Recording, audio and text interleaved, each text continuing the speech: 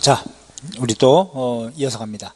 아까 김재규 중앙정보부장에 의해서 박정희가 총탄으로 비운에 이렇게 갔죠. 대통령이 대통령 신분으로 이렇게 총 맞아 죽은 게 최초의 일이기도 하니까 누구도 행복의 상황은 아니죠. 본인도 그렇고 국민도 그렇고.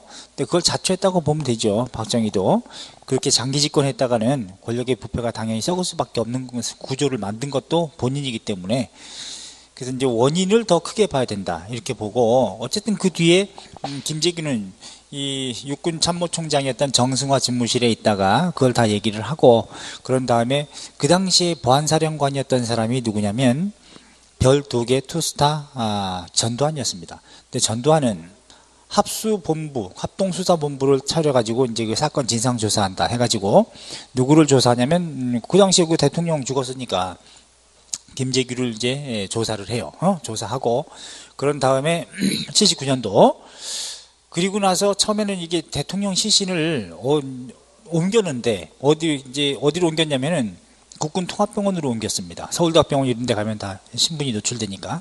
더군다나 국군통합병원의 원스타가 주치의였어요. 대통령 주치의고 막 그랬기 때문에 비밀리에 거기를 이제 옮겨놨었는데, 전두환도 그걸 딱 총소리를 듣고 야 이게 어디서 난 거야 다 수소문한 결과 대통령이 이제 유고니까 자리는 없고 그 자리에 회식하는 것까지 다 정보를 다 제공받는데, 그래서 여기저기 전화해본 결과 국군통합병원에 딱 전화를 했는데 원스타를 이제 바꿉니다.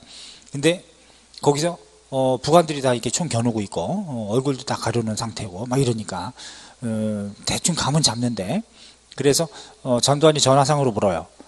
거기 지금 각하 계시냐고 이런 식으로 물으니까 대답을 못해요.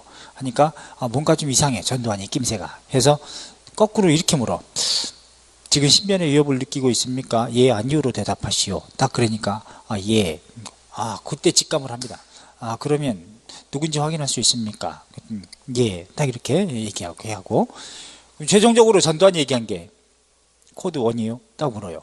코드 1은 대통령이라는 뜻인데 예 라고 하면서 그때부터 이제 막 이걸 누가 했느냐, 경호실장 죽었지, 그 다음에 대통령 죽었지, 그 자리에 합석했던 중앙정보부장은 없지, 중정부장이구나 이 생각을 하고 중정부장을 딱 불러가지고 조사해서 연행해가지고 조사하고, 그런 가운데 김재규를 그 범인으로 이제 당연히 지목을 하고, 그런 다음에 이게 10월 26일 날 상황인데 11.6기 12월 12일 날은 바로 별 2개가 별 4개 정승화 육군 참모총장을 곧 계엄사령관을 연행합니다. 이게 12.12 신군부 쿠데타입니다. 전두환 세력이. 그럼 전두환이 그 당시에 왜 재빠르게 이렇게 움직일 수 있었냐면 다 도청과 감청을 했어요. 그래서 어디서 육군본부라든가 이건 육군참모총장이라든가 이런 데 수방사라든가 어느 부대끼리 서로 통화하고 어떤 얘기가 있는지를 다 감청합니다. 그게 전두환이 재빠르게 권력을 차지할 수 있었던 어떤 기반이었어요. 그러니까 미국도 알고는 있었다고 보는데, 그런데 미국이 왜 그러면 전두환의 신군부 쿠데타를 용인했느냐. 쿠데타를 일으키고 나서 전두환은 제일 먼저 친미를 내겁니다. 그럼 미국의 입장에서는 손해볼 게 없죠. 왜냐하면 아주 어떤 사람이 굉장히 자기가 봤을 때 그 사람이 어떤 아킬레스건을 내가 알고 있을 때 더 조종하기 쉬워요. 이권을 뺏어가기도 쉽단 말이야. 그럼 전두환은 그런 아킬레스건이 있단 말이야. 그렇기 때문에 이거는 어차피 그렇다면 김재규님이 검거가 됐다면 그러면 전두환을 그냥 일단 관망해보자, 이제 이런 쪽으로 갔을 가능성이 크다는 얘기죠. 자, 그래서 어쨌든 간에 전두환이 별 2개가 드디어 이제 문어대가리 같은 애가 별 4개 육군 참모총장을 연행한다? 이것이야말로 하극상이죠. 그죠? 하극상. 군법회의에 회부돼 가지고 얘가 뒤져야 돼, 사실은. 법적으로. 법이 지금 법이 아니야. 그래가지고 얘 부관이 가가지고 육군 참모총장한테 딱 가서 같이 가셔야 됩니다. 조사받아야 됩니다. 딱 이러니까 무장병력을 보냅니다. 그러니까 얘 부관이 높겠어요? 얘 부관이 높겠어요? 이 사람 부관이 더 높지, 계급적으로도. 그러니까 얘 부관이 와가지고 총장님 같이 가시죠. 딱 그랬더니, 연행한다고 그랬더니 얘 부관이 딱 그래. 이 새끼들이 이게 어디서, 딱 그러니까 바로 얘 부관, 전두환 부관이 거기서 이 육군 참모총장 부관을 쏴 죽여요. 그런 다음에 연행을 해. 쭉 연행하고, 그런 다음에 김재규를 사형으로 언도해서 죽이고, 김재규는 사실 군법회의에 회부되면 안 됩니다. 왜냐하면 군인 출신이지만 김재규는 중앙정보부장은 그 군법회의에 회부될 사람이 아니에요. 이거는 형사재판으로 재판을 해야지 군법회의에서 재판할 일이 아니거든. 그러니까 법적으로도 이게 다 무시된 겁니다. 오케이? 자, 그래 놓고 정승화 육군 참모총장도 군법회의에 회부해가지고 이등병으로 강등시킵니다. 별 4개가 새우깡 하나로 강등돼서 여기에 연루시켜가지고, 이 사람 사실 몰랐던 거거든. 그런데 불명예 제대를 시킵니다. 그래 놓고 자기가 12.12 신군부 쿠데타를 일으킬 때 자기 혼자의 단독으로는 할 수 없죠. 아무리 보안사령관이고 합동수사본부장이라 하더라도. 그래가지고 자기 육군사관학교 11기생들 또는 후배들 다 동원해 해가지고 64 11기생의 동기가 누구냐? 바로 구사단 사단장을 하고 있던 별두개 야전사령관 노태우야. 노태우. 그래서 전두환은 서울에 있었고, 서울에. 그래서 노태우한테 딱 그러는 거야. 태우야, 탱크 갖고 와. 해갖고 태우가 무슨 일인데? 빨리 와. 해서 노태우가 최고 철책을 지키고 있는 최전방 구사단 병력을 빼가지고 탱크 몰고 와. 광화문에 딱 12.12 신군부 쿠데타 일으킬 때. 그래서 노태우, 정호영, 박준병 뭐 이런 애들. 그 다음에 전두환을 돕는 그 밑에 있는 쫄따구들 또 3명 있어. 허문도, 허화평, 허삼수, 허삼 트리오라 그래 그때. 허문도는 조선일보를 장악하고 있고. 그러면서 언론 통폐합하고 방송계를 다 장악합니다. 자, 그래놓고 들어와가지고 12.12 신군부 쿠데타를 일으키는 거예요. 그래서 권력을 잡은 게 바로 전두환이다. 전두환. 그래서 사건을 발표하는데 딱 보고 알았어요. 그래서 이거는 미국도 이미 다 알고 있었지만은 전두환이 도감청을 통해서 재빠르게 움직이는 바람에 결국은 만약에 따로따로 조사하는 과정이어서 김재규가 여전히 이렇게 검거되지 않고 조사받지 않고 딱 있었다면, 그러면은 미국이 김재규를 선택했을 가능성이 높죠. 근데 그렇지 않고 전두환이 딱 가지고 이제 데리고 있으니까 재빠르게 움직이니까 관망한 거야. 발 뺀 거지. 이미 다 그런 시나리오 아니겠어요? 자, 그래 놓고 얘네가 지금 병력을 움직일 수 있는 요소가 있느냐? 권한이 없어요. 주한미군이 용인하지 않으면. 왜? 전시 평시의 군사작전 통제권은 누구한테 있다? 미군한테 있기 때문에, 주한미군 사령관한테 있기 때문에 이거는 미군이 용인하지 않으면 병력을 움직일 수가 없습니다. 그런데 움직였다고 하는 것은 미군이 용인했다는 얘기야. 요거 관망하고 뺐다는 얘기죠. 그러면 12.12 신군부 쿠데타가 가능했던 것도 누구 때문이냐? 미국 때문이에요. 미국이 병력 움직이면 안 된다라고 해봐. 못 움직여. 이거. 그리고 나서 이것에 대한 5.18 광주 민중항쟁 당시에 5.18 광주 민주화운동 당시에 전라남도 광주에까지 이 공수특전단을 보낼 수 있는 그런 권한도 누구한테 있느냐? 주한미군 사령관입니다. 못 옮겨요.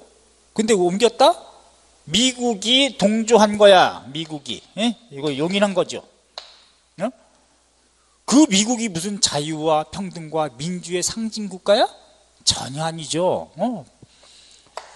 자, 그래서 우리 근대부터 나라 망하기 전에 한말부터 일제강점기가 되는 과정 또는 현대사회가 오는 과정에서도 요소요소에 미국이 다 거기에 우리 비극에 개입되어 있다.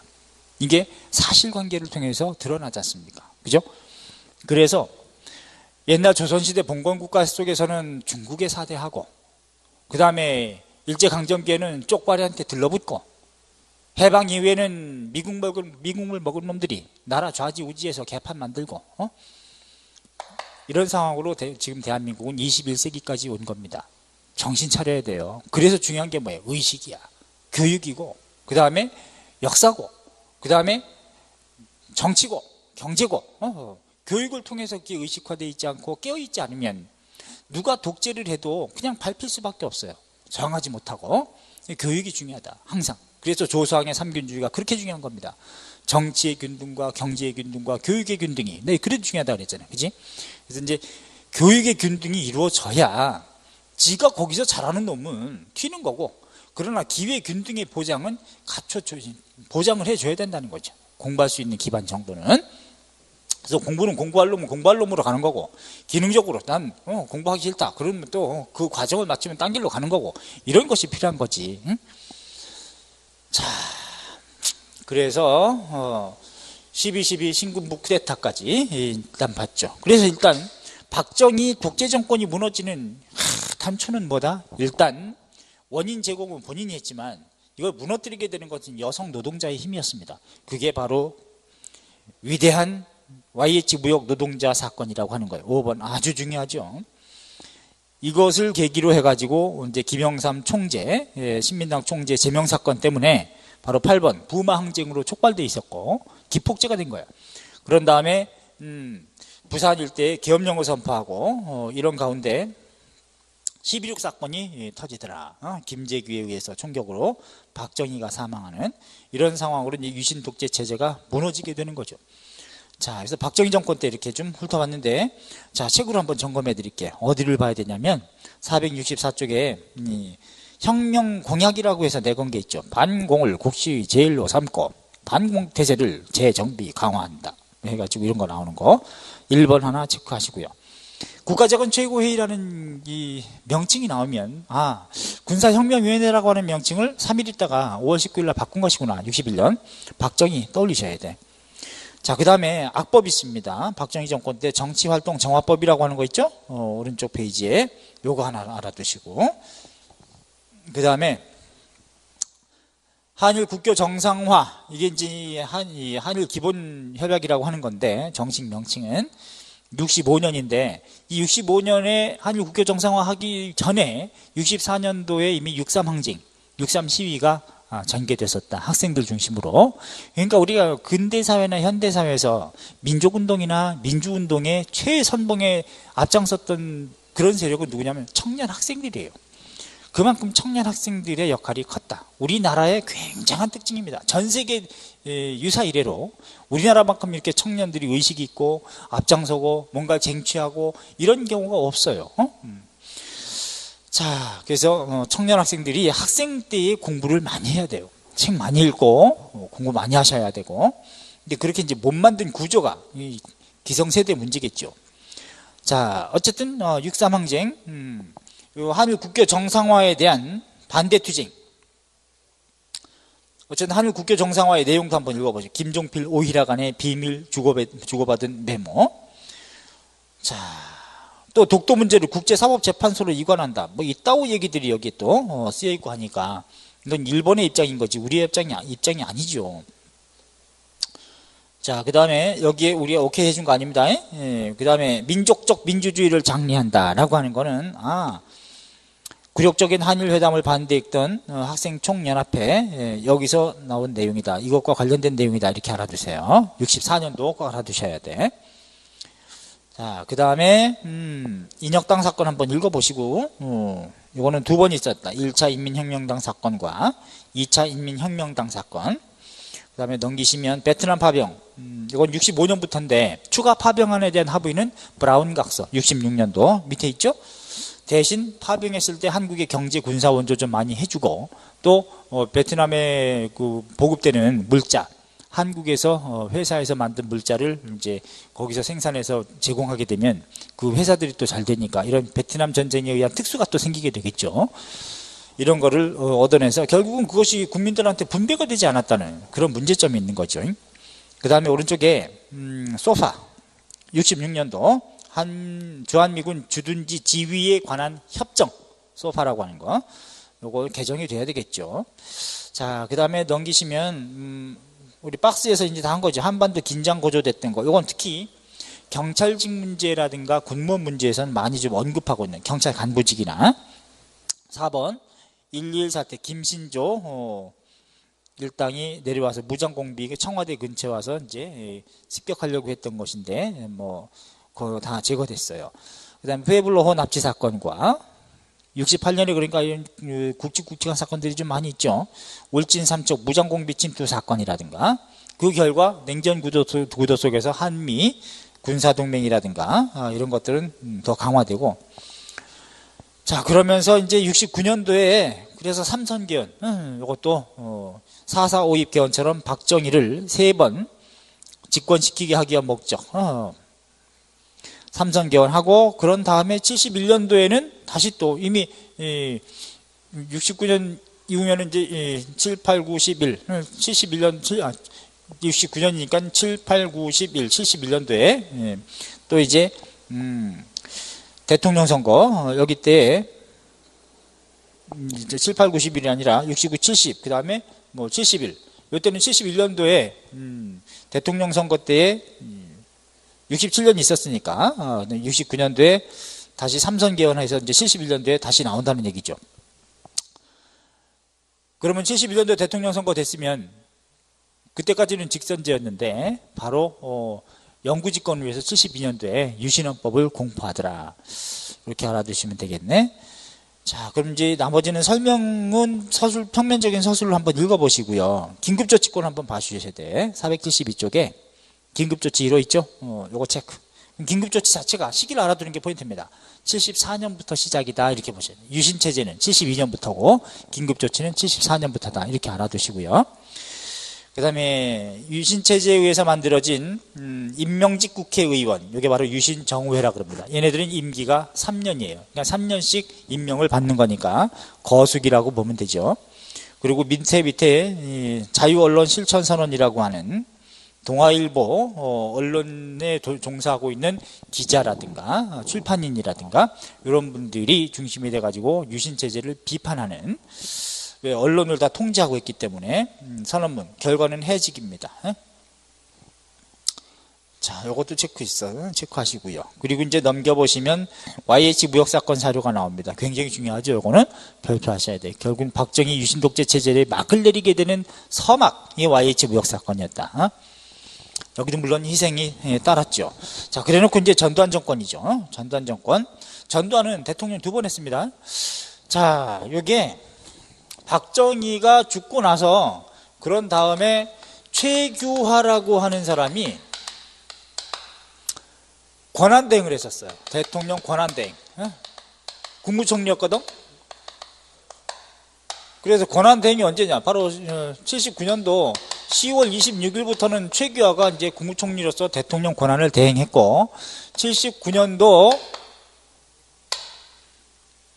12월 5일 날 대통령으로 임명이 됩니다.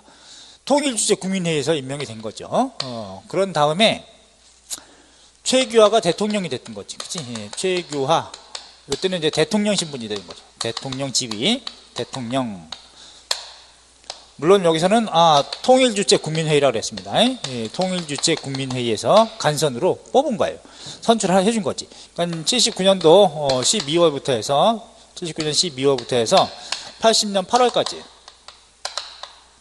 요 사이에 있었던 일이 뭐예요? 요 사이에 최규하가 대통령 신분이었던 시기에 바로 12.12 신군부 쿠데타가 일어난 거예요. 신군부 6.4 11기생들이 중심이 돼가지고 신군부 쿠데타.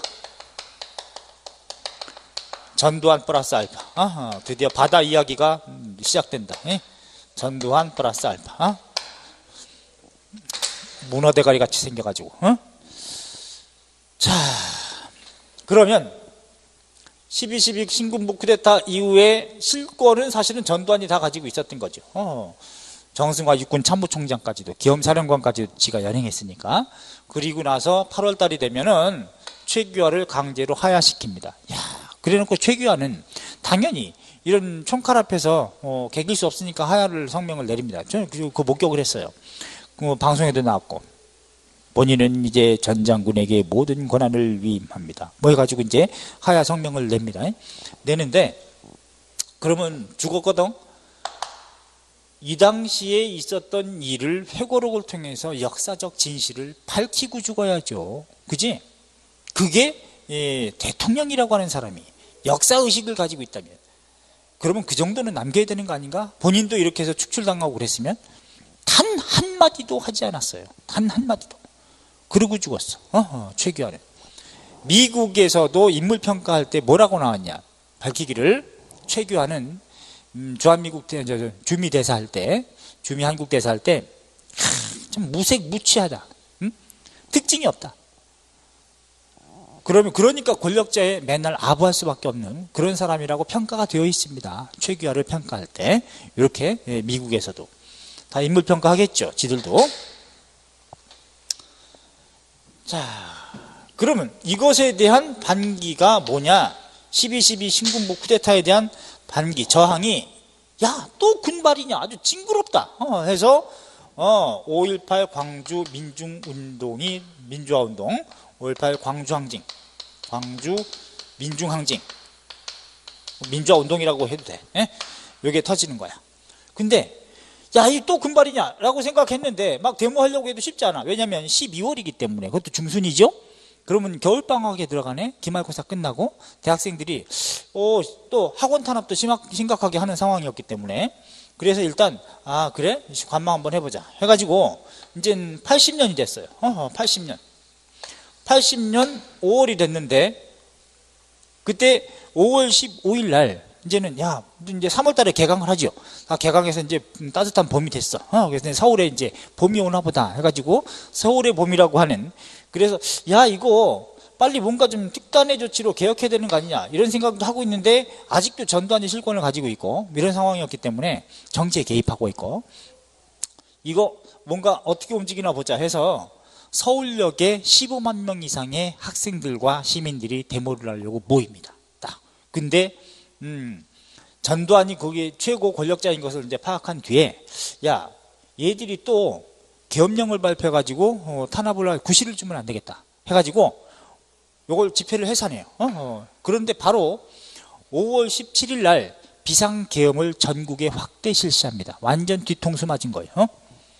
그래서 전두환이 신군부 쿠데타를 일으킨 다음에 5.17 비상계엄을 전국으로 확대시켜.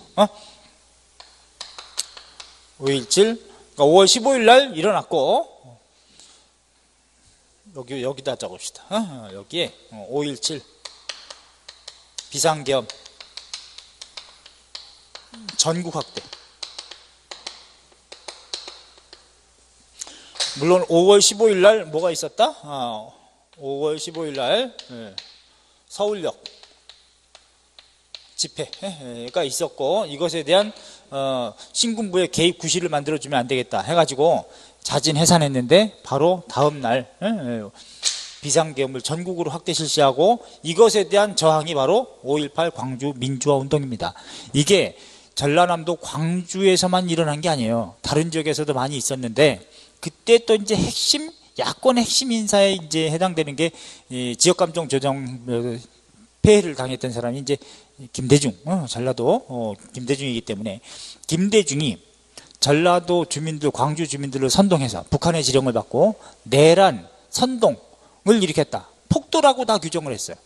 방송 다 장악했거든. 그 당시에. 그래서 전라도 지역을 아예 전쟁터로 만들었습니다.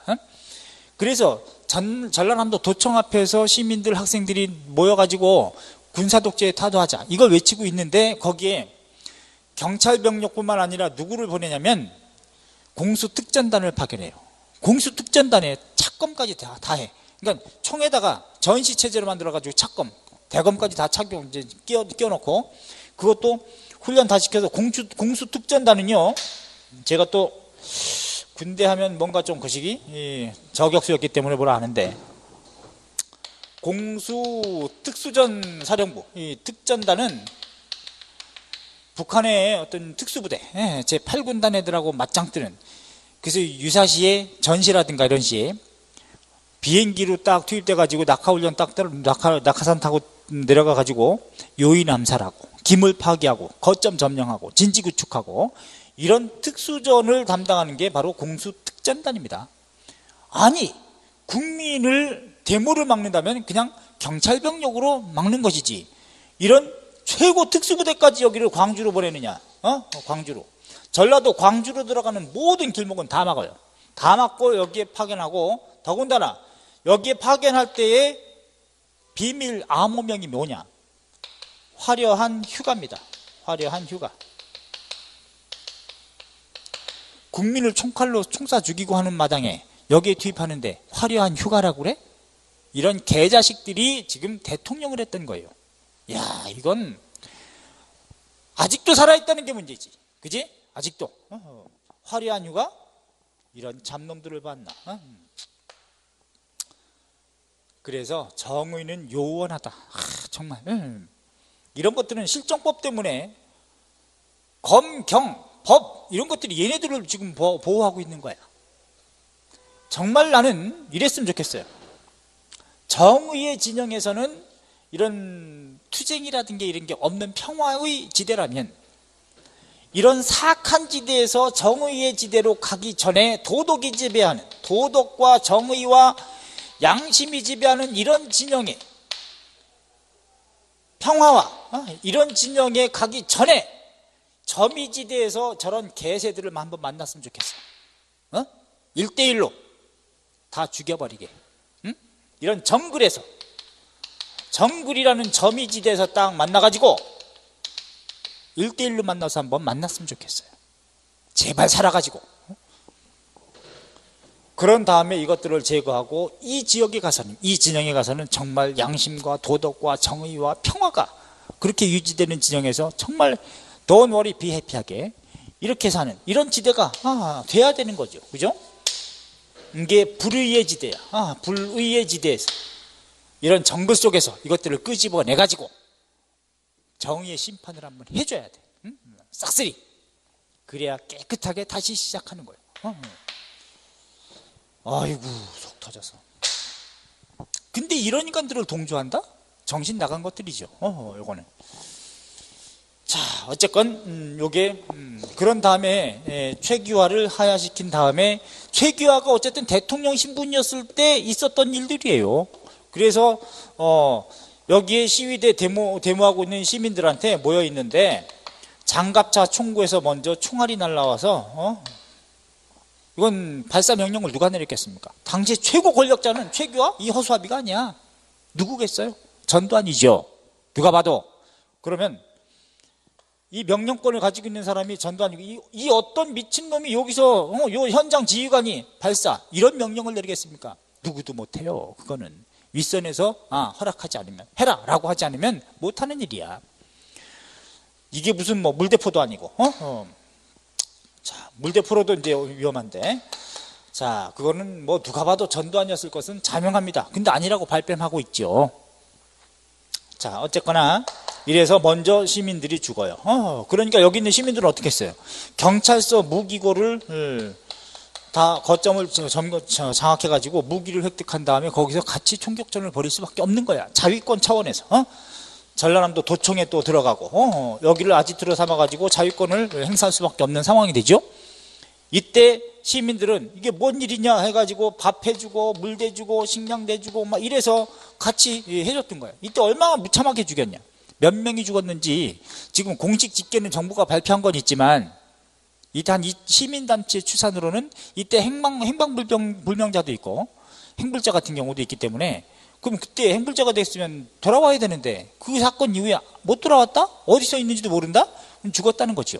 그래서 한 2천여 명으로 추산하지 않느냐, 이렇게 추산하고 있고, 정부 발표로는 뭐 200명도 안 되는 걸로 발표는 했지만, 200명도 안 되는, 뭐 표현이 이상합니다만은 단 한 명의 생명도 고귀한 거죠. 정부는 이제 그렇게 발표했다는 얘기. 단 이 광주 민중항쟁이 터졌을 때의 그 당시에 이 안에서는 한 건의 도둑질도 없었다고 합니다. 그럴 정도로 평화가 스스로 유지가 됐고, 시민들도 함께했고, 이때는요 검을 총에다가 꽂고 무참하게 곤봉으로 때리고 개검으로 찔러 죽이고 그랬어요. 그렇게 민주화를 위해서 투쟁하고 희생하신 분들을 일베라는 개새들은 뭐라고 표현해? 이걸 뭐 어묵이라고 하고, 뭐 별 미친놈들이다, 그지? 뭐 홍어라고 하고, 뭐 별 미친놈들이 다 있어요. 그것들도 어디서 만나야 돼? 여기서 만나야 돼. 점이지대에서 정글에서 한번 만나가지고 1대1로 한번 붙어봤으면 좋겠어요. 저 지역에 있으면 한 200m 밖에 있으면, 눈에서 딱 200m 거리에서 제 눈에 띄면 총 안 자르면 다 죽는다고 봐야 돼요. 지금은 좀 눈이 많이 약해져서 안 되겠다. 옛날에는 한 200m 밖에 있으면 10중 10이었는데. 자, 어쨌거나 이게 전두환. 그래 놓고 최규하 하야시킨 다음에 이거 5.18 광주 민중항쟁을 유혈 진압을 해. 유혈 진압하고 그리고 나서 5월 31일 날 국가보위 비상대책위원회라고 하는 걸 설치합니다. 국가보위 비상대책위원회.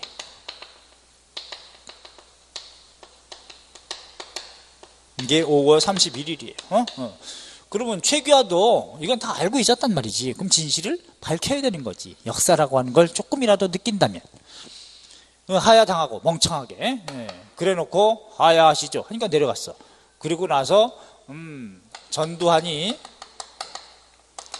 대통령이 됩니다.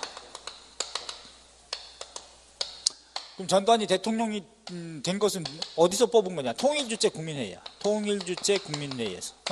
그럼 전두환이 언제까지냐? 80년 8월부터 해가지고 81년 2월 정도까지, 이때까지가 전두환이 처음에 대통령 한 번 했었을 때고, 그런 다음에 다시 헌법을 고쳐가지고, 그러면서 이때는 대통령 선거인단이라는 간선기구야. 뭐 여전히 대통령 선거인단, 대통령 선거인단. 이것도 거수기죠. 체육관 선거라고 일명 얘기합니다. 여기서 간선으로 전두환을 뽑아요. 전두환을. 그래서 전두환이 또 됐어. 근데 이때는 전두환이 헌법 고쳐가지고 뭐라고 했느냐? 7년 단임제로 하자. 우리는 너무 오래 해서 다리야. 한 번만에 롱타임으로 해가지고 7년 단임제로 한 겁니다. 7년 단임. 알았죠? 그래서 전두환은 81년부터 해가지고 88년 2월까지 7년. 이때는 대통령 선거인단이야. 똑같이 간선기구는 간선기구인데, 그러면 대통령 선거인단이라는 기구 명칭에서 대통령을 뽑은 곳은 딱 한 번밖에 없다. 전두환 두 번째 할 때. 알았죠? 72년부터는 다 통일주체국민회의 여기에서 대통령을 뽑았다면 최규하까지도 전두환까지도 처음에 할 땐 요거 하나 이렇게 좀 구분해 주시면 되겠어요. 자, 그런데 전두환 집권 말기에 87년에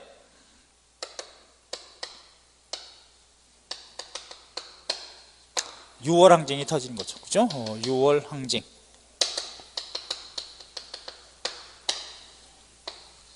왜냐하면 87년이 되면 집권 말기가 되잖아요. 88년 2월이면 정권 이양해야 되니까. 그런데 그때의 전두환은 또 뭐라고 했냐, 원래 여야 간에 어떻게 협상을 해가지고 개헌을 해가지고 이제 국민에게 권력을 돌려드려야 한다 해가지고 협상을 통해서 직선제로 헌법을 고치기로 합의가 되어 있었습니다. 그런데 1월 달에 87년에 1월 달에 박종철 고문치사 사건이 터져요. 서울대학교 언어학과 4학년 다니고 있던 박종철 학생한테 치안본부 대공분실로 끌려가가지고 물고문으로 죽음에 이르게 한다. 이게 치사 사건이야. 물고문으로 죽여놓고 뭐라고 발표했느냐? 야!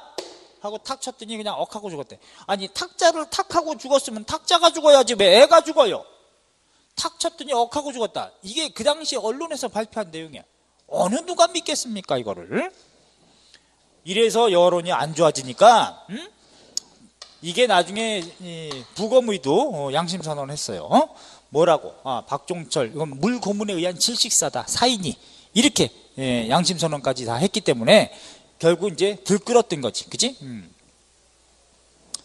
어떤 인간은 백남기 농민을 물대포로 경찰이 아주 수압 높게 이렇게 쏴가지고 직사로 쏴가지고 그렇게 해서 사망에 이르게 한 외인사가 분명한데도 불구하고 서울대학병원 백모식이라고 하는 교수는 정권의 어떤 국가가세하고 자기 신념을 버리고 양심을 버리고 학자적 양심 버리고 진실을 가리고 뭐라 그래요?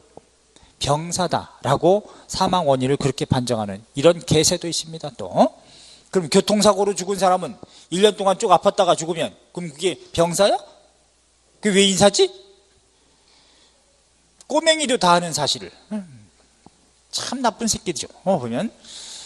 그래서 4월 달에 4.13 호헌 조치를 발표해. 4.13 호헌 조치.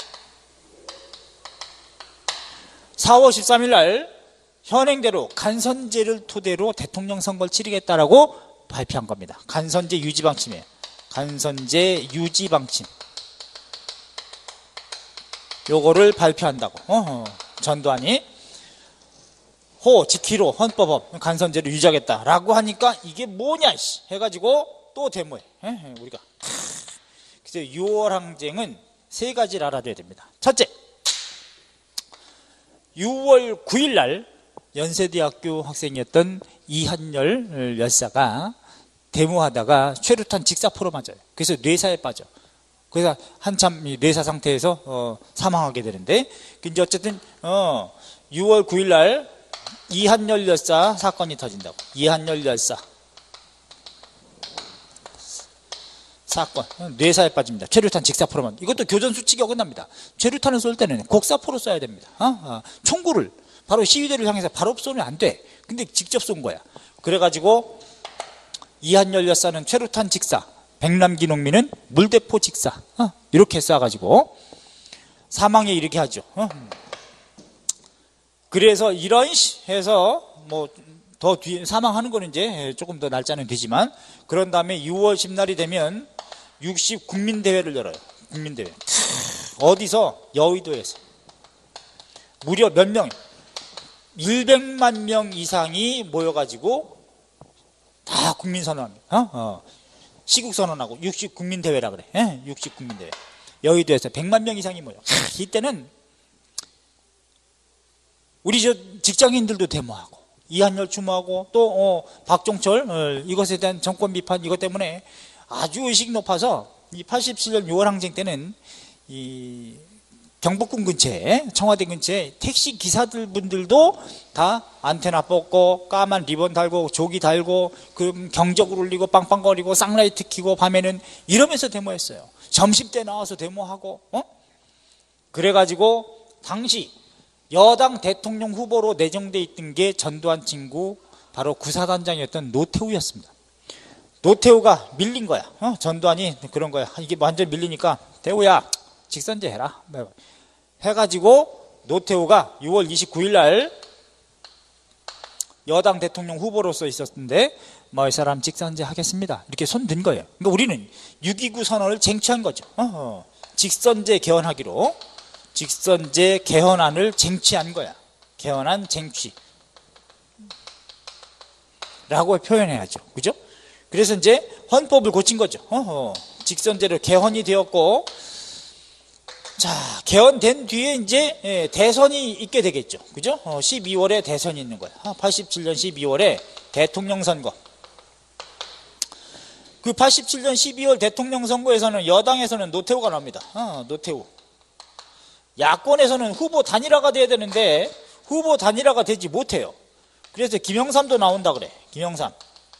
그래서 후보 단일화를 못해서 국민의 지탄을 좀 많이 받았죠. 김대중. 삼김시대라고 통상 얘기하지. 또 김종필 괜히 나온대 또. 김종필. 얘는 나올 이유가 없는 애지. 그치? 자, 그러면서 김영삼 28%대를 얻어요.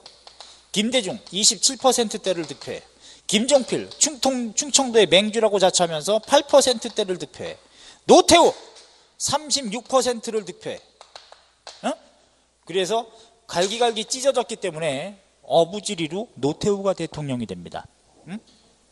자, 우리도 이제 이런 상황이면은 결선투표제라고 하는 걸 도입할 필요가 있다. 난 저는 이렇게 봅니다. 왜냐하면 과반수 이상은 좀 되거나 아니면 3분의 2가 될 때까지 로마 교황청에서 교황을 뽑을 때는 뭐 만장일치제가 될 때까지, 만장일치로 될 때까지 계속 투표하고 그러지 않습니까? 굴뚝에서 신년까지 나올 때까지. 그런 것처럼은 아니더라도 적어도 3분의 2 이상의 득표를 얻어야 대통령이 돼야 되는 거지. 이거 36% 가지고 대통령을 했다. 그럼 나머지 거의 뭐 64%는 이거 뭐가 되는 겁니까? 다 반대 세력이라고 할 수 있는데. 국민의 통합이라든가 화합을 이룰 수 있겠어요? 못하겠지요, 그것은. 그래서 이거는 이 경쟁자가 있을 때 50%를 넘지 못하거나 혹은 더 엄밀하게 대통령이라면 3분의 2 정도가 될 때까지 계속 투표하는 거야. 결선 투표 해가지고 그렇게 해서 좀 어떻게 가야 되는 게 아닌가. 자, 이래서 이제 대선 때 결국은 정권 교체 못 합니다. 노태우, 김영삼, 김대중, 김종필 각각 나와가지고 여당의 프리미엄 있죠. 노태우는 또 경상도 여기 또 다 장악하고 경상 남북도 거의 장악하고 단 김영삼은 경상남도에서 조금 지지도가 있고 김대중은 전라도. 근데 전라도 거의 몰표를 줬어도 인구가 적어요. 전라도. 또 서울이라든가 인천 쪽에서는 지식인 쪽에서는 김대중을 많이 밀었는데 김영삼 이 후보 단일화 돼야 되는데 못했던 거죠. 그래놓고 각각 정당 또 따로 이제 나뉘어지고 하는 상황이 되지, 그지?